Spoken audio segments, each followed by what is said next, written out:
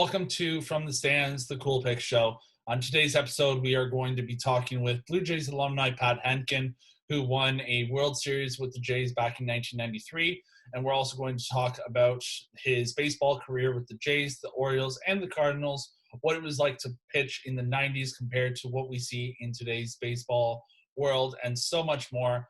Before we get Pat on the show, though, we would just like to give a quick shout out to our design team, Mad Creative and Matthew DeCastro, for their work and logos that you see for the show.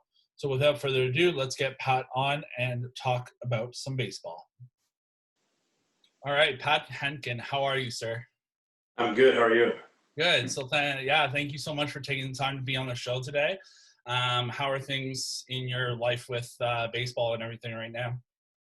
Pretty good. I have a small role with the club, as you know, and with no minor league baseball, it's been tough. I mean, we've been Zooming like us right now, ironically, and that's about all we can do. You know, the backup taxi squad is in Rochester, and I've been following the big league team, so things are good. Good. Well, let's hop right into it. So with you, baseball seemed to be a no-brainer, obviously, as you were offered a scholarship right off the hop out of school, but then you signed with the Toronto Blue Jays instead. What was the starting point for you knowing that you wanted to be a baseball player and that baseball was your passion? Actually, I was a young high school kid. I had a November birthday, and I missed the cutoff date by a week or 10 days, and I would have had an extra year of high school. I wasn't a great player in high school. I was a shortstop in 10th grade, 11th grade, and 12th grade, and I didn't actually start pitching until my senior year. And I actually went in and told the high school coach that I pitched in summer ball, but you never let me pitch in school ball. Give me a chance. And I finally got an opportunity to pitch. And he called me back in the office and said, "Yeah, we're a better team when you pitch on the mound, so you're going to start pitching more." And then things kind of just snowballed from there. Next thing you know, he called 3 Division I schools. And the Division I schools are the ones that ironically called the Blue Jays and the pro teams. So, it was all pre-internet, right? Pre-cell phone. So it was all word of mouth back then and old school landlines. So, I didn't really know at one moment that it was like, all right, I'm definitely going to play pro ball. I just, next thing you know, in June comes around and I get drafted. I just couldn't believe it, so I was kind of shocked a little bit. That's incredible. And it's definitely a surreal moment when you kind of get that call as well. And that 22 years old, I mean, I can't even remember. I think obviously I was going through school and that, but here you are, you're making your debut with the Blue Jays for the remainder of what was the 91 season. How excited were you to start your pro career at that point? Well, after 5 years in the minor leagues, you start to doubt yourself and you start to wonder. And then they have the 40-man roster, and after you get in the minor leagues for a few years, you're eligible for the 40. And once I got put on 40, it was a big confidence booster because it tells you that the organization likes you. And then, getting called up, I mean, it's a kid's dream. I mean, I don't even remember feeling the mound, to be honest with you. And I fell coming out of the bullpen in Toronto. Back then, they didn't have this rubber between the mounds and the gate, and I slipped on the thing. And I remember Hanky and Wardo looking down at me and laughing. And that was my major league debut. And then as I ran out on the field in Toronto, it was like the 8th inning against the Orioles, and I remember just not feeling the turf. And when I got to the mound, I remember that my mind was telling me, just throw strikes, just throw strikes, just throw strikes. Just show the manager and the pitching coach that I can throw enough strikes to be at this level. Because that was always a challenge for me when I was in the minor leagues. I get a little wild. It's definitely like it's cool to see, like, just running up to the mound, but again, it's going to be that challenge of you want to make sure that you impress the guys that you need to impress, and you don't go up there and walk the first couple of guys, right? Yeah, exactly. Yeah, I just wanted to throw strikes. That was like the only thing I was thinking making that debut. Now, in 1993, you ended up winning the World Series with the Jays at just 24 years old. I know, again, mentioning like myself, I'm going through school at that time. What was it like for you to be a young gun in the game and to win a championship and know that you were going to be there for the entire run during the playoffs and be part of that team? Yeah, luckily I got called up in September of 91, so I got to see us lose to the Twins. And then 92, I was there all year. I got set down for 8 or 12 days or something, but I got credited for a full year. Got to see us lose to Oakland. And I know the history of the organization with the 85, 84, 87, 89, 90. It was just an incredible run for an organization to be that good year after year. And to get over the hump and finally get to the World Series in 92 was incredible. 93, now I'm a starting pitcher. I come into spring training and Al Leiter beats me out of spring training. I go back to the pen. I don't know if you remember this, but we signed Dave Stewart right before the 93 season. And prior to the 92 season, we signed Jack Morris. So we were really stacking up the frontline starters. And, just got an opportunity. Dave Stewart got hurt. I ended up coming in to start for him after like 1 or 2 starts. And I won like 5 or 6 or 7 games in a row. I can't remember. And then next thing you know, I'm in the rotation. I'm there to stay. And, it was a great team to play for. We played great defense, and we scored a lot of runs, and we had a lockdown bullpen. I mean, it was a starting pitcher's dream. It's funny how you say, if you remember, because at that point, I'm 3 years old. I was born in the 90s, 1990. So, I mean, yeah. I remember watching baseball, but I do not remember players' names. You could not pay me enough to try and figure one out. Thank God we have Google. Yeah, that's exactly it, right?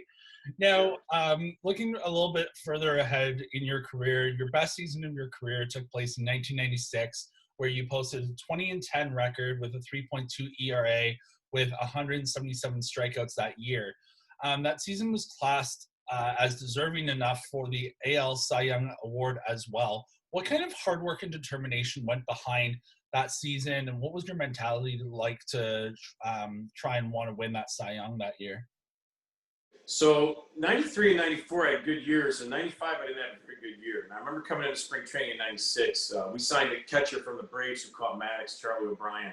And I remember going into spring training thinking, I'm going to get next to this guy all the time and talk to him all the time because I loved Maddox. And I just wanted to get back to the basics. I remember thinking, coming into spring training in 95, I remember thinking I got this thing figured out. I'm a 2-time All-Star, and then I got some humble pie. And some AL East will do that to you. And so 96 was just one of those years, I didn't make the All-Star team the first half of the year. And I remember going into the last 4 or 5 starts, and I had a chance to win 20. And I knew that if I could get to 20, that would be pretty much a great threshold. It's a starting pitcher's dream. And again, this is a team thing. I mean, I was not lucky enough to play on a great team in 96. We didn't have a great team. We didn't have great defense. We didn't have a great bullpen.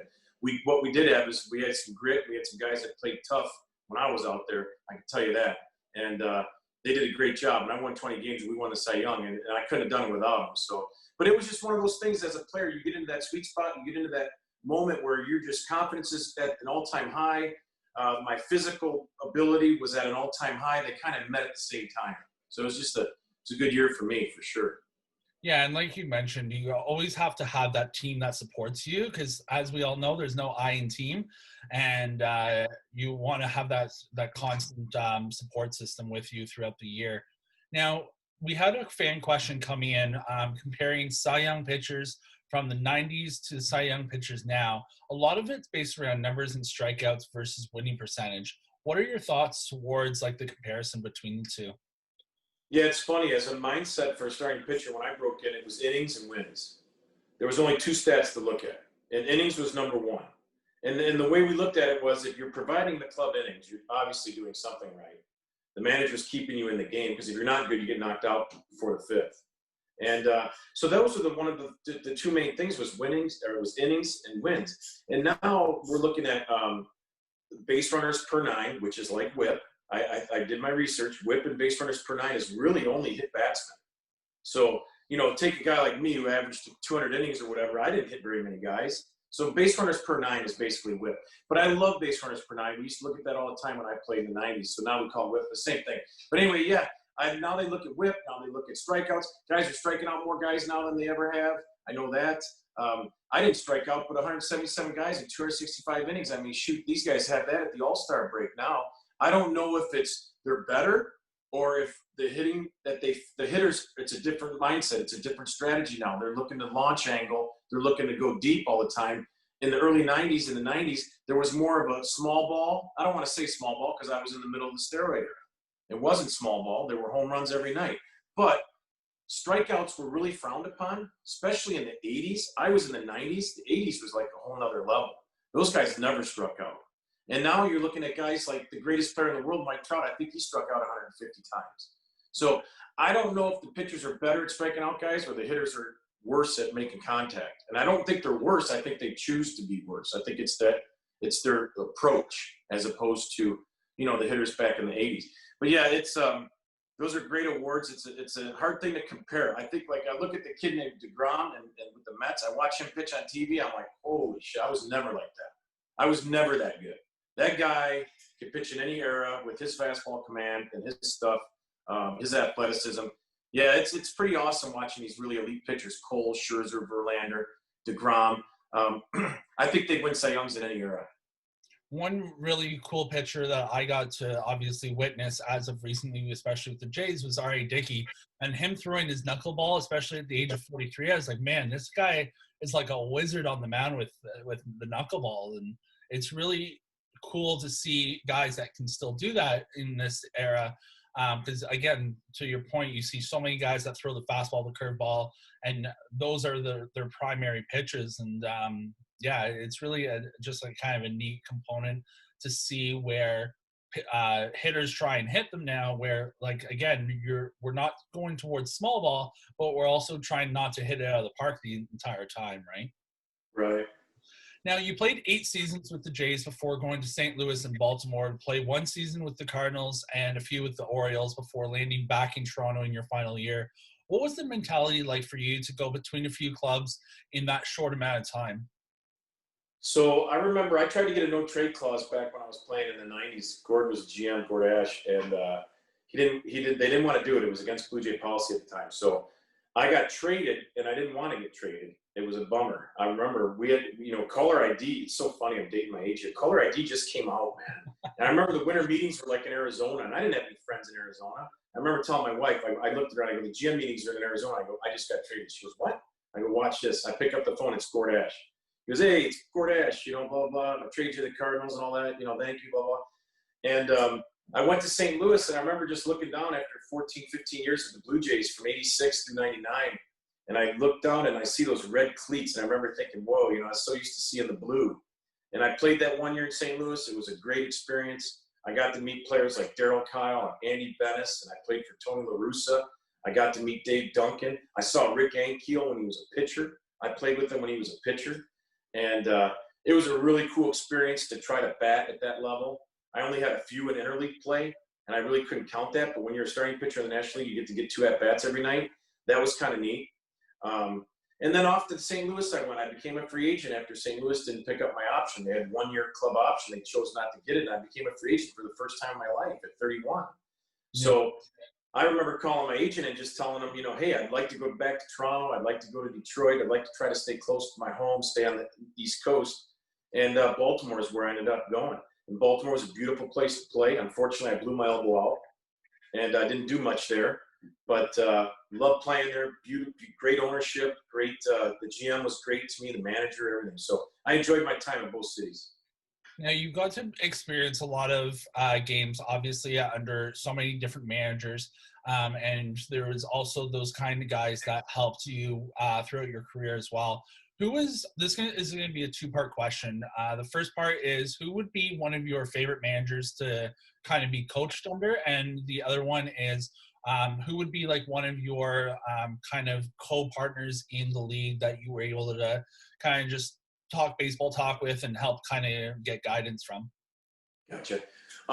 My favorite coach was a guy named Mel Queen, and he was a longtime coach with the Dodgers and with the Blue Jays. He played a long time, played for the Reds. He's a very unique guy. He played in the big leagues as a position player and a pitcher back in the 70s. When nobody did that back then, he was a hell of a player, and he was a hell of a coach, really. Best coach I ever had, Mel Queen. Kept it simple, honest, cared about you. But managers, I got lucky. I played for some good ones. I played for Cito, really liked Cito. I played for La Russa in St. Louis. That was cool. I played for Hargrove in Baltimore. I really loved playing for all 3 of those guys. It was a good experience. I think as far as players that I stayed in touch with or that I talked to, kind of a type of a deal, Dave Steve helped me out probably the most, because Dave and I had the same agent, so we stayed connected all these years, even though Dave retired after 93 and then came back in 98 as a guest coach and made the team, which is insane. But he's been a good sounding board for me for over all these years. We've been good friends since 1992, so that's been pretty cool. That's fantastic. And I have to say, it's really the one thing I really admire about baseball players is how down to earth baseball players are during their career, post-career, everything.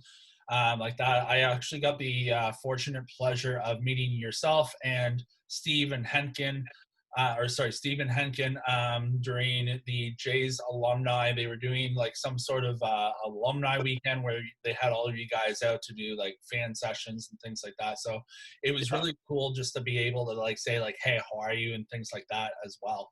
And just talking about that connection that you guys have, like I could see definitely how like it's just like another day at the Diamond for you guys, really. Yeah, exactly. Now, out of your 13-year career, is there one game that kind of stands out as the hardest game that you had to like play in, and who has been one of your toughest opponents that you've had to go up and face up against? So tough opponents was boy, there was many. Tony Phillips, Wade Boggs, Cecil Fielder. He owned me. Yeah. Yeah. Bernie Williams was tough. The Yankee lineup was tough in the 90s, from 96 when Jeter was a rookie and he came up. 96 all the way up until 2004. Those were tough Yankee lineups. Texas was a tough place for me to pitch. I didn't like facing Will Clark. I didn't like facing Palmeiro. They would run out Dean Palmer and Juan Gonzalez and Pudge Rodriguez. And, that was a heck of a tough lineup back then. I didn't like facing those guys. And the first part of the question was what? Can you ask it again? Yeah, your toughest, what was your hardest game that you've had to pitch in? Oh, yeah. So when you say hardest, are you talking about like physical, mental, nerves, or most successful game? There's so many ways that you could look at it. So whatever you think would like kind of stands out for you. Okay. From an individual selfish standpoint, my 14 punch out complete game shutout where I won 1-0, beat Kevin Apier in Toronto. He threw like a 3-hit shutout. I think I threw a 2-hit. We both pitched a 1. I won 1-0. Joe Carter hit a home run, I think, in the first inning. That was it. And it was like a 2-hour game. That was probably the coolest game I was ever part of as far as an individual thing. The coolest team thing, nothing even compares. It comes out right away, and it ranks here compared to the individual one.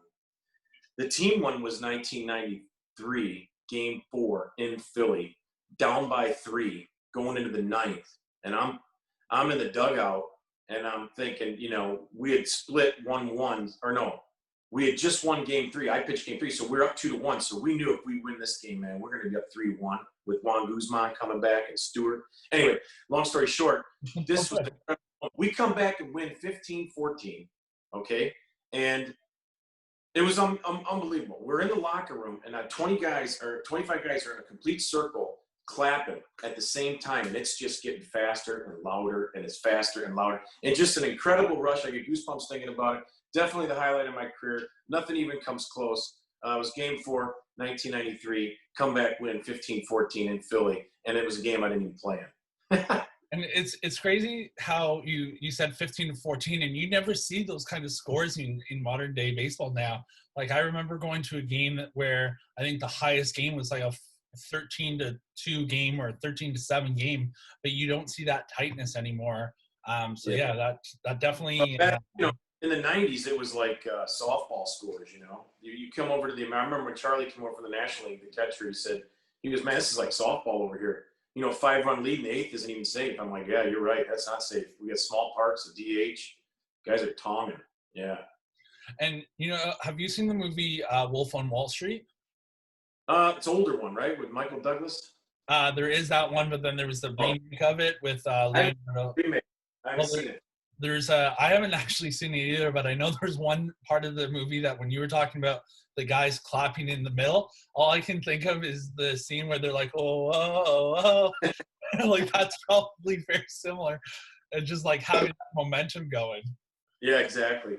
Yeah. Now, after your playing career, you didn't step too far away from the game. As you mentioned, you're still with the Jays, and you have been kind of since 2011. You started as a bullpen coach, and now you work with the team as a special assistant to the organization. How does it feel to be able to share your knowledge with a team that gave you your shot in the big leagues? Yeah, it's really cool. I really love being part of the Jays. I couldn't imagine not being part of it. I feel honored. It's Paul Godfrey's actually the first one that brought me back. That's going back 3 presidents. Then Beeston came back, who I played for when he was president the first time. And then now Mark Shapiro. So it's really neat to see 3 different strategies, 3 different leaders, 3 different cultures. The biggest part that I enjoy is just being able to be around the game, be around the coaches, be around the players. It keeps you young. These players are so big, so strong, and so talented. It's an honor. I love going to like AAA. AAA is one of my favorite levels. I can drive there 4 hours away from Buffalo, where I live in Detroit, and I just love seeing guys like Jake Wagas back, and I saw Nate Pearson, and all these guys that are pitching in Toronto, I get to see in Buffalo before they're famous. So it's pretty cool, and I really enjoy helping the pitchers with the mental part of it, the perseverance, the grit, and what it takes, the determination, and the work habits. Those are some of the things that I try to pass on as far as messaging. Now, when it comes to the actual pitching part, you'd be surprised. The mechanics is really – there's not much to do with mechanics when you're talking about big league guys and AAA guys. They're really good at self-coaching. That's why they're where they're at. You know what I mean? So it's more mental, my approach with the players today. It's more mental than it is physical. Just making sure that they have that right mindset and that they're in the right kind of mode ahead of games where they kind of tune everything else and focus just what's ahead of them on the field. Exactly. And it was, chance to play with Jack Morris, Dave Stewart, Dave Steed, Jimmy Key, Todd Stottlemyre. I mean, I played with some really good starting pitchers, David Cohn and David Wells, and they all had that in common. I mean, they all had that in common. They had fastball command, and they could lock things out and block things out and focus on what's in front of them. And yeah, it's very good lessons that I learned as a young pitcher being around those guys. So those are the types of things I try to share with the players today. That's great. And it's great that you actually mentioned one player in particular, Todd Stottlemyre. And the reason I say that is just like I did with you, I reached out to Todd about being on the show, and we're just trying to sort out a date for a few episodes from now. But what was one of your favorite – I'm going to ask him the same question about you. But what was your one favorite aspect about Todd that was like better than no other? Oh, he's a gamer. He was tough. He was a gamer. He was tough. He had your back. If he was your teammate, he had your back. He was in your foxhole. When I broke in, I didn't right away fit in because I was a rookie, right? But then as years went on and we got to play with each other for a few years, then, he was a tough competitor. And, we used to call him Yellow Jacket. I don't know if people don't know that. That was his nickname because he was like a bumblebee buzzing around. Because I guess Rance Mulliniks gave him that nickname. He was like Yellow Jacket. They used to call him the Yellow Jacket because he was just so fired up when he pitched. But again, I mean, he was another great guy that I learned from. I mean, it was cool. I may have to mark that down, and I'll introduce him by saying that Todd, the Yellow Jacket Stottlemyre. There you go. Yeah, do it. He'll love that. Now, in 2016, you were inducted into the Canada Baseball Hall of Fame. How does it feel to see that your name is now enshrined in a hall after a great career? Yeah, you know what? It was really cool, man. I was really nervous having to go there and do that speech. I did not want to do that. I was extremely nervous. My family was there.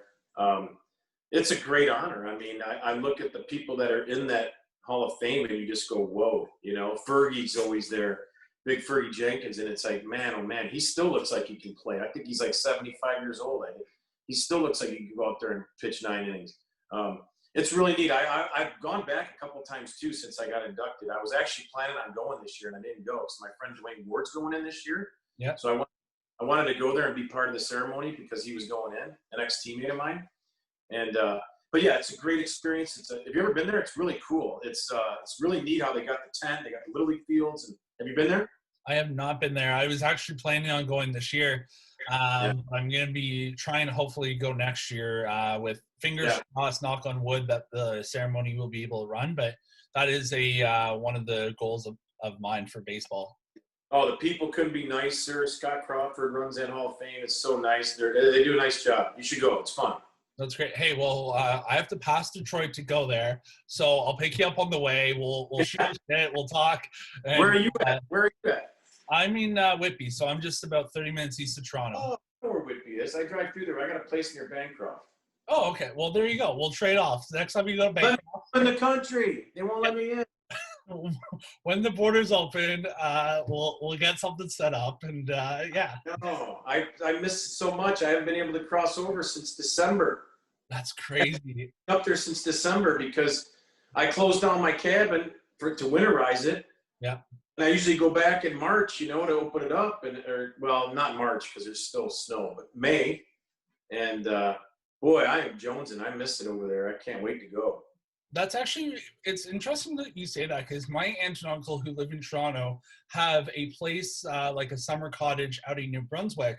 And similar idea, they wouldn't let people into New Brunswick unless they had residency in there. So it's interesting that, like, I know there's a lot of stipulations. I personally don't know what the stipulations are around the border. But hopefully you'll be able to get back up here sooner than later and get that set up. But I hope so. I'm a landowner. I miss Canada. I want to come back. well, hey, like I said, we'll do that trade off and just shoot me a message when you're driving by, and yeah. Now, my last question for you is, if you could share some words of wisdom to those that are in university or college and wanting to try and make a name for themselves and grow within the system, what kind of words of wisdom would you want to share with those younger athletes? Work hard, because I played for 18 years professionally, and I wasn't around anybody that didn't work hard except for two guys. There were two guys that were really great players that I didn't see them do a ton of work, but I think that they were just so awesome and gifted that they could do that. It was Ricky Henderson and David Wells. Okay. Yeah, those two guys, I never saw them do a lot of work, although Ricky was built like the muscle chart. I mean, Ricky was chiseled like a bodybuilder, so I'm sure that he did do his work. I just never saw it, and just looked like he was so talented he could just come to the ballpark, show up, put his hat on backwards, and play and be the best player on the field, kind of like Griffey. So I think if I was to give advice to young kids, it would be have grit, have perseverance, have some toughness, and work hard. Because if you don't work hard, there's a guy coming up in the next draft in June, and he's going to work hard and take your job. So never get complacent. My old high school coach used to tell me this one too. I love this saying. If you think hustling's tough, try sitting on the bench. Yeah, that's even harder, especially when you want to celebrate with your team and you can't because you want to be part of it, and it's just like, oh boy. Yeah. Well, thank you so much, Pat, for the words of wisdom and for spending some time today to be on the show. Hopefully the borders kind of open back up soon, and we'll be able to get some more baseball action in. Sounds good, man. Take care. All right. Thanks so much. Have a good day. All right. Bye. Bye. All right, everyone. That was the great Pat Hentgen, former Toronto Blue Jay and 93 World Series winner. Thank you for tuning into this episode, and have a great day.